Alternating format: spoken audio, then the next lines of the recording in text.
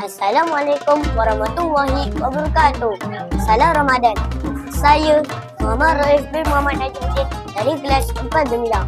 Saya Raif Rais bin Syafiq dari kelas 3 Cemerlang. Hari ini kami ingin berkongsi tentang satu amal penting dalam bulan Ramadan, iaitu bersahur.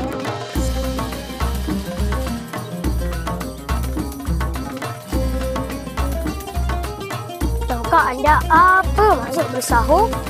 Bersahur ialah makan dan minum sebelum memulakan puasa. Rasulullah SAW bersabda, bersahurlah kerana bersahur itu ada keberkatan. Hadis riwayat Muslim dan Bukhari. Tahukah anda bahawa bersahur ada banyak kelebihannya? Antaranya ialah, pertama, bersahur memberi tenaga. Semasa kita bersahur, kita mendapatkan bekalan tenaga untuk bertahan sepanjang hari. Inilah membantu kita kekal cergas dan tidak mudah letih semasa berpuasa. Kedua, bersahur membezakan puasa umat Islam dengan puasa agama lain. Nabi Muhammad SAW menganjurkan umatnya untuk bersahur walaupun hanya seteguk air atau sebiji kurma. Ketiga, waktu bersahur adalah waktu yang mustajab untuk kita berdoa. Pada waktu ini, Allah membuka pintu rahmatnya dan mengabulkan doa-doa hamba-Nya. Jadi, kita digalakkan untuk beristighfar, berzikir dan memohonkan ampunan daripada Allah.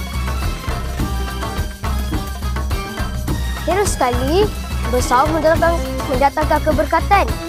Makanan yang kita makan mendapat rahmat dan kebaikan dari Allah. Oleh itu, jangan tinggalkan sahur walaupun hanya makan sedikit.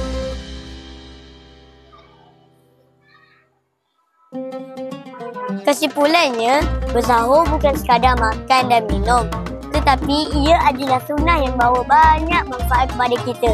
Jadi, marilah kita mengamalkan bersahur setiap hari dalam bulan Ramadan dan manfaatkan waktu ini dengan sebaiknya. Sekian sahaja perkongsian kami. Semoga kita dapat keberkatan dalam berpuasa dan menghidupkan sunnah Rasulullah. Wassalamualaikum warahmatullahi wabarakatuh.